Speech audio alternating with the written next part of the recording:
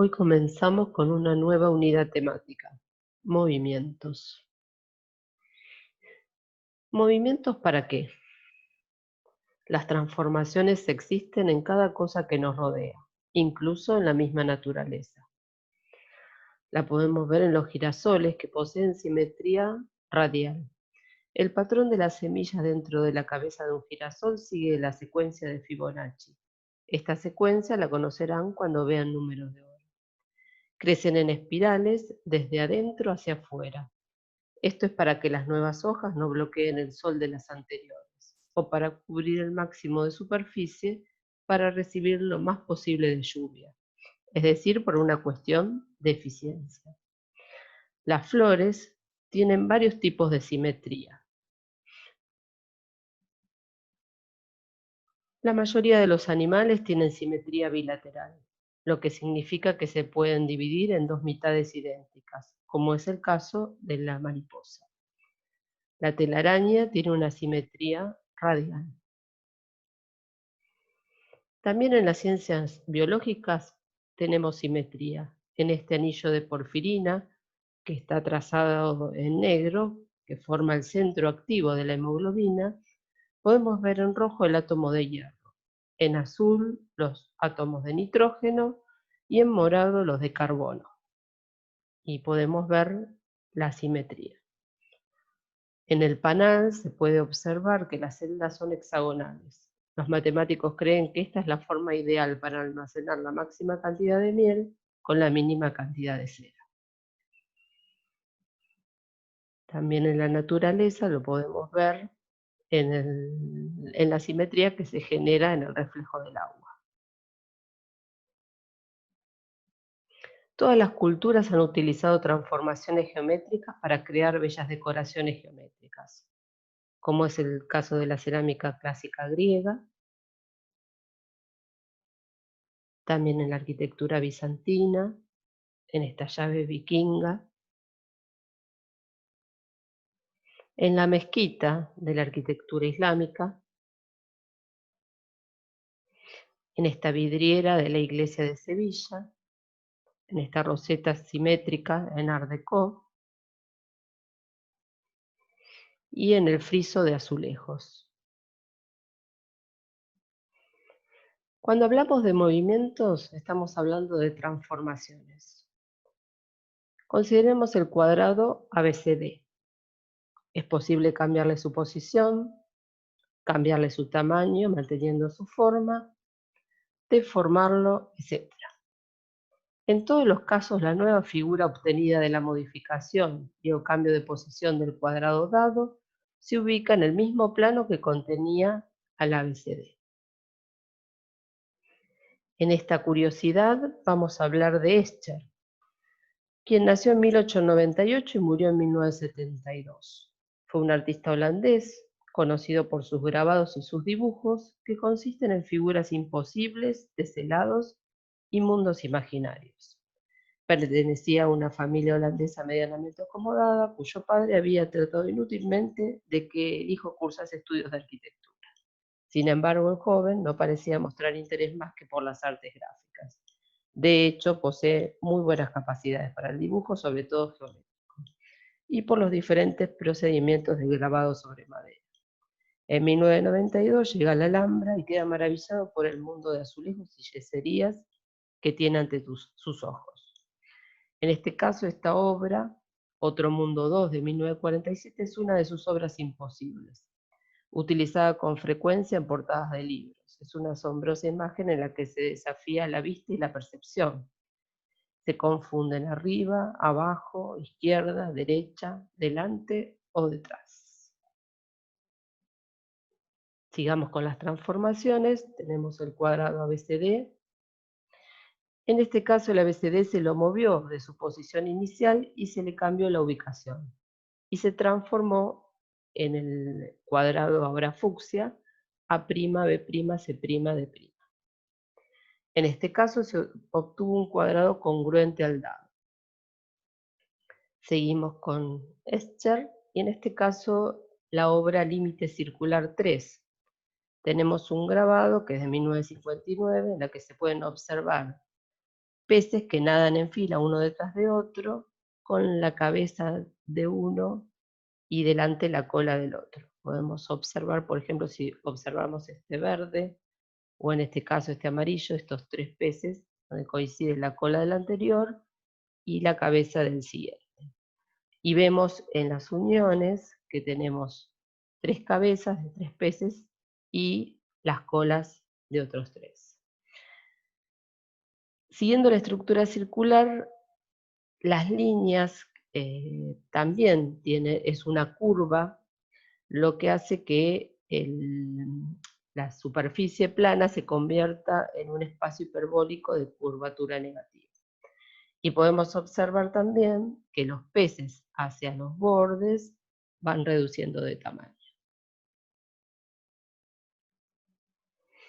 En este caso, otra vez tenemos al cuadrado ABCD, que se lo amplió y se transformó en el cuadrado violeta, A', B', C', D', y se redujo y se transformó en el amarillo, A segunda, B segunda, C segunda, D segunda.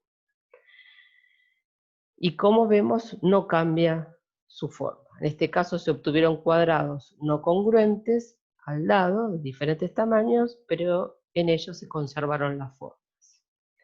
Tenemos otra obra de Escher, que es el círculo límite con mariposas, similar al anterior, pero podemos observar que acá, a diferencia del anterior, las mariposas se van reduciendo hacia el centro.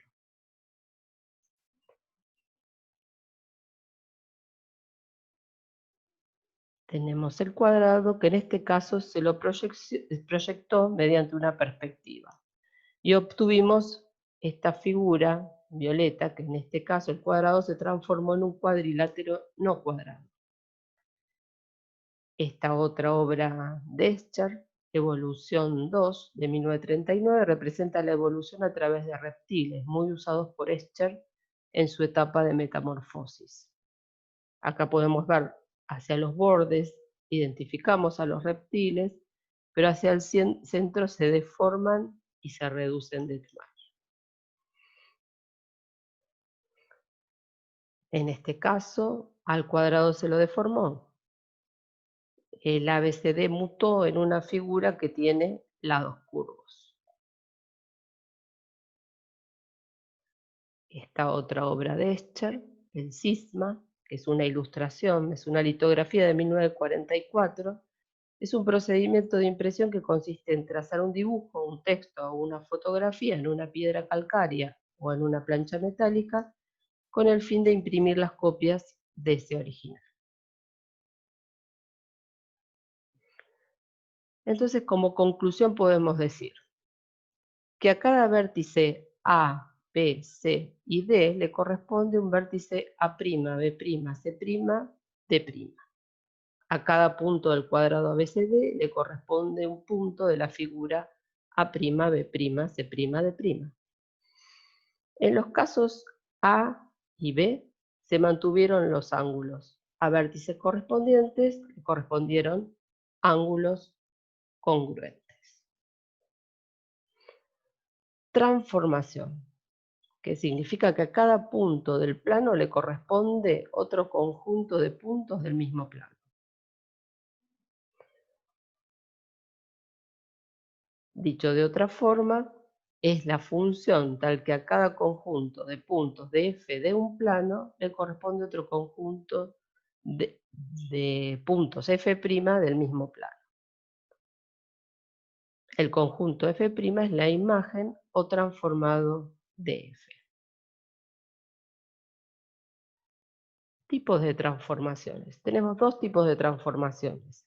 Las isometrías o movimientos rígidos, donde se mantienen las formas y las longitudes entre dos cualquiera de sus puntos. Se obtienen figuras congruentes. Son las traslaciones, las rotaciones y las simetrías. Por ejemplo, esta imagen que estamos mirando acá. Y el segundo grupo son las homoteses, que se mantienen las formas pero no el tamaño. Por ejemplo, esta obra de Escher, que es una teselación, porque una tesela es un elemento repetitivo y que cubre toda la superficie no dejando ningún tipo de hueco. Esta obra es de 1960, se llama Cielo e Infierno. En este caso las imágenes se van empequeñeciendo cuando se alejan del centro. Se oponen a su figura, una arriba y otra abajo, blanco y negro lo podemos ver, el concepto de ángel y demonio. Cuando nos fijamos en uno de los dos colores, el resto queda como fondo, aparentando no haber más figuras. ¿Qué es un vector? Para empezar con la temática sobre movimiento, debemos conocer qué es un vector. Un vector es un segmento orientado. Por ejemplo, tenemos esta recta sostén. El origen del vector sería A, el extremo del vector es B. Su notación es con letras mayúsculas, el origen y el extremo y una flecha encima, o bien con una letra minúscula y una flecha.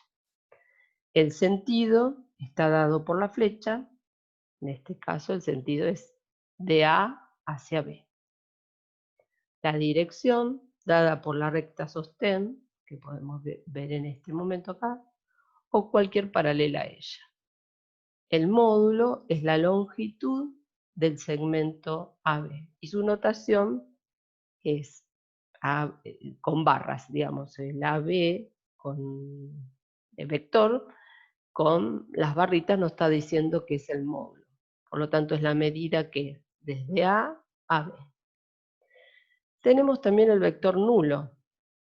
El vector nulo, el origen y el extremo coinciden, se reduce a un punto. Y su notación es un 0 con la flechita arriba. El vector nulo es el único vector que no tiene dirección ni sentido.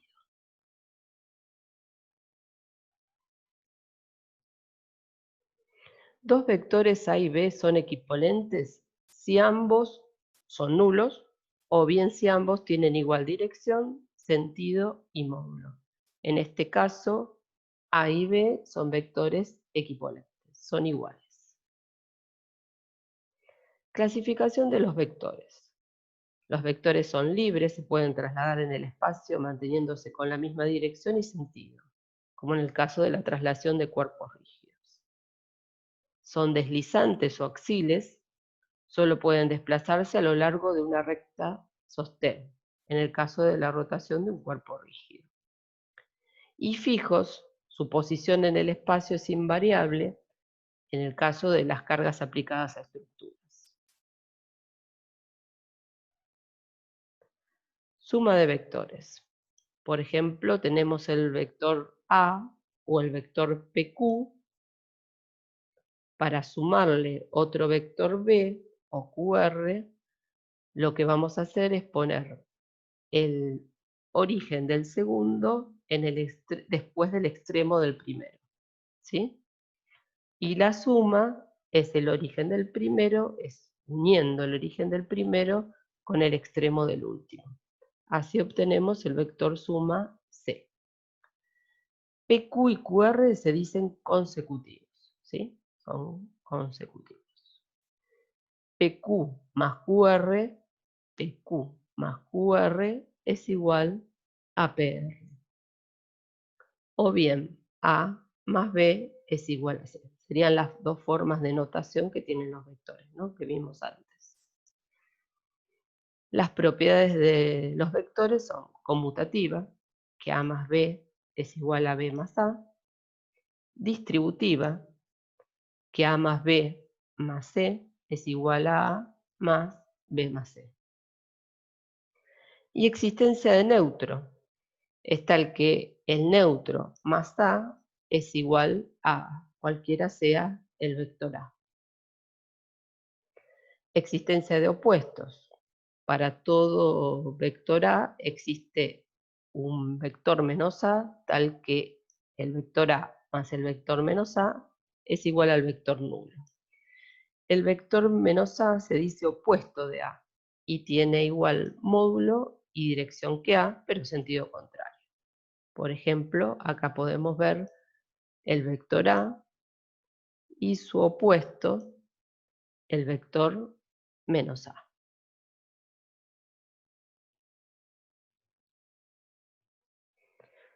Observaciones respecto al módulo de la suma. Vemos, por ejemplo, A más B es igual a C.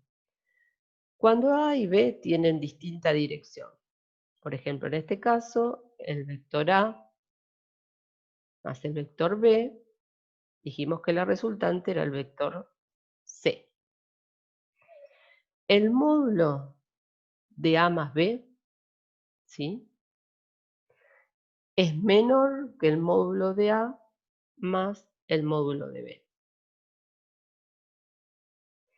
Cuando A y B tienen igual dirección y sentido, sería este caso, A más B, dijimos que el origen está en el origen del primero, el resultante, ¿no?, de esta suma, el origen del primero y el extremo del segundo. Por lo tanto, en este caso, el módulo de A más B es igual al módulo de A más el módulo de B. Y cuando A y B tienen igual dirección y distinto sentido, como sería este caso,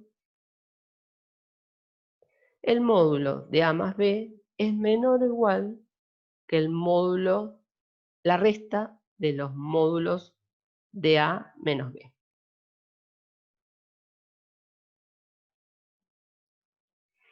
Resta de vectores. Cuando A y B tienen distinta dirección,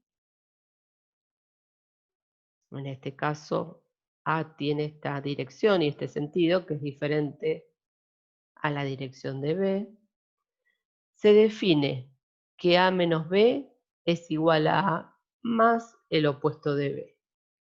Entonces lo podríamos expresar de esta forma: el vector A más, en lugar de sumar B, sumamos el opuesto de B.